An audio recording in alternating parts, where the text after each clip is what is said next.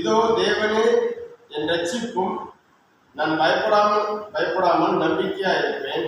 கர்த்தராகிய யெகோவா என் பலனும் என் கீதமான அவரே என் ரட்சிப்புமானவர். அல்லேலூயா.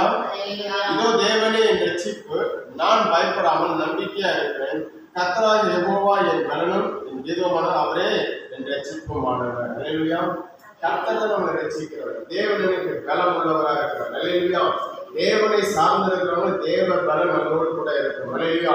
உங்களுக்குள் பரிசுத்த ஆவியானவர் உங்களுக்குள்ள வாசம் செய்யறேன்னு சொன்னா அது ஒரு தேவ பலன். அல்லேலூயா. எப்போதும் நீங்க ஜெபத்துல இருக்கீங்க, எப்போதும் கர்த்தருடைய பிரசன்னத்துல இருக்கீங்க, எப்போதும் தேவனுடைய கிருபைக்குள்ளா இருக்கீங்க. அப்ப யெகோவா தேவன் என் பலன். அல்லேலூயா. யெகோவா ஈரே, யெகோவா ரப்பா, யெகோவா சமமா இருக்கிறீர். அல்லேலூயா. சர்வ வல்லமையுள்ள தேவன். அல்லேலூயா. யெகோவா என்பது அவருடைய நாமம். அல்லேலூயா. அது உயர்ந்த நாமம், வானத்திற்கும் பூமிக்கும் மேலான நாமம் அந்த நாமம். அல்லேலூயா. யெகோவா என்பது சாதாரண நாமம் அல்ல. இந்த பூமியின் சண்ட சராசரத்தை உண்டாக்கின கர்த்தருடைய ஒரு மகிமையான நாமம். அந்த நாமத்தால் அவர் அறியப்பட்டார். அல்லேலூயா. அந்த நாமத்தால் அவர் வெளிப்பட்டார். அந்த நாமத்தால் நமக்கு கண்களுக்கு முன்பாக அவர் புலப்படுகிறார். இயேசு இந்த பூமியிலே யெகோவா இருந்தவர் தான் இந்த பூமியிலே மனிதனாக வந்து மக்களோடு மக்களாக என்ன பண்ணார்? அவர் அவதரித்த மக்களோடு மக்களாக வாழ்ந்தார். அல்லேலூயா. அவர் பழகினார். அல்லேலூயா. அவர் மனிதனுடைய எல்லா பாரங்களை சுமந்தார், கஷ்டங்களை சுமந்தார், பாடுகளை சுமந்தார், கண்ணீரை சுமந்தார். யெகோவா தேவன் ஒரு மகிமை உள்ள தேவன், சகலவற்றை அறிந்தவர், சகலவற்றையும் புரிந்தவர், சகலவற்றையும் செய்யக்கூடிய தேவன். அல்லேலூயா. நீங்கள் ஜெபிக்கும் போது இந்த யெகோவா தேவன் உங்களோடு கூட இடைப்படுவார். அல்லேலூயா. நம்ம அனைவரோடு கூட இடைப்படுகிற தேவன்.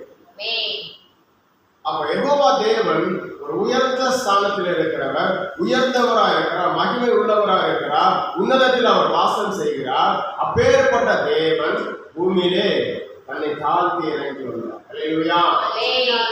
அவர் மனிதனுக்காக தேவனே இறங்கி வருகிறார் என்று சொன்னால் அவர்தான் உண்மையுள்ள தேவன். அல்லேலூயா. மனிதனுக்காக பரிதவிக்கிற தேவன் ஒருவர் இருக்கிறார். அல்லேலூயா. உங்களுக்காக எனக்காகவும் பரிதவிக்கிறவர். அல்லேலூயா. நம்மளை எப்போதும் பரிதவிக்கிறார். இந்த பிள்ளைகள் எனக்காக வாழணும், எனக்காக வரணும், என்னுடைய பரலோக ராஜ்யத்தை வரணும்னு சொல்லிட்டு அவர் பரிதவிக்கிற தேவன். அல்லேலூயா. கரிசனை உள்ளவர்.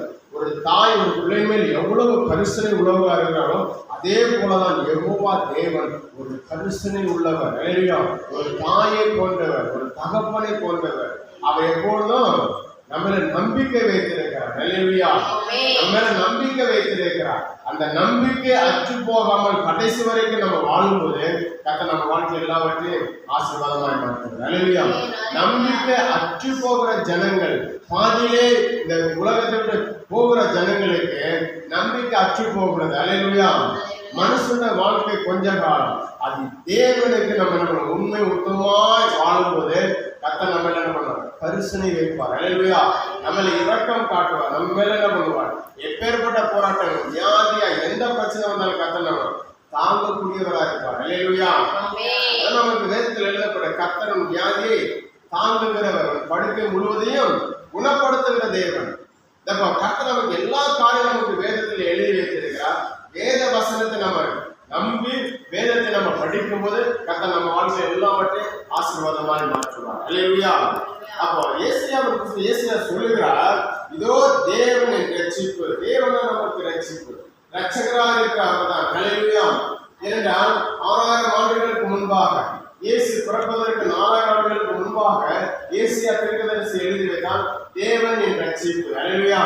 அப்ப இயேசு இந்த பூமியில வருவார். அவர்தான் ரட்சகராக வருவார். அவர்தான் இந்த பூமியில என்ன பண்ணுவார்? சகல ஜனங்களுடைய பாவத்தை நிவர்த்தி செய்கிறவர். அல்லேலூயா. அப்போ ரட்சிப்பு யாரே? தேவன். அப்ப எழுதப்பட்ட காலங்கள் இயேசு பிறப்பதற்கு முன்பாக 4000 ஆண்டுகளுக்கு முன்பாக எழுதப்பட்ட இந்த வேத வாக்கியங்கள் நிறைவேறும் இந்த பூமியில். அல்லேலூயா. அப்ப தேவன் ஒருவர் தான் ஒரு மனுஷனுக்கு ரட்சிப்பு கொடுக்க முடியும். அல்லேலூயா.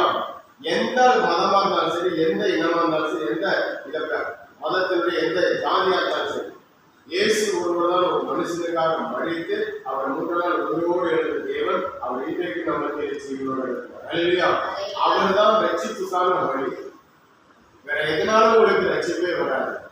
உங்க வாழ்க்கை ரட்சிக்கப்பட்ட ஒரு மனுஷனோட வாழ்க்கை கிறிஸ்துவுக்குள் வரும்போது கிறிஸ்துவோட வாழ்க்கை நம்ம டைமென்ஷன் சேஞ்ச் பண்ணுவார். அல்லேலூயா. நீங்க ஜெபத்திலையும் வேத வாசிப்பிலும் கர்த்தருடைய வசனத்தை கேட்கும்போது உங்களுடைய உள்ளான இருதயம் புதுப்பிக்கப்படும். அல்லேலூயா. மாற ஆரம்பிக்கும். கரடு முன்னான இருதயத்தை ஆண்டவர் கொண்டார் திருப்புவார், தன் பக்கமா திருப்புவார், வேத வசனத்தின் பக்கமா திருப்புவார். இந்த வார்த்தை நம்ம கேட்கும் போது, இந்த வார்த்தையை படிக்கும் போது, இந்த வார்த்தையை நாம் சொல்லும் போது என்னோட கூட ஆண்டவர் பேசுவார் என்று சொல்லி விசுவாசிக்கிறவங்களுக்கு ஆண்டவர் நித்தமும் கிருபை செய்வார். அல்லேலூயா.